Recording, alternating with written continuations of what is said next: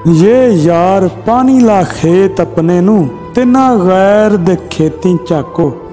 अपने आप नू कुंज के बईए ते जाइए गैर दे वल असी कह तो बी पानी जद अपना होवे ते लाइए गैर दे खेत च कह तो तालब खेत जे अपना होवे ते कंड करके बईए कह तो तालब खेत जे अपना होवे ते कंड करके बईए कह तो।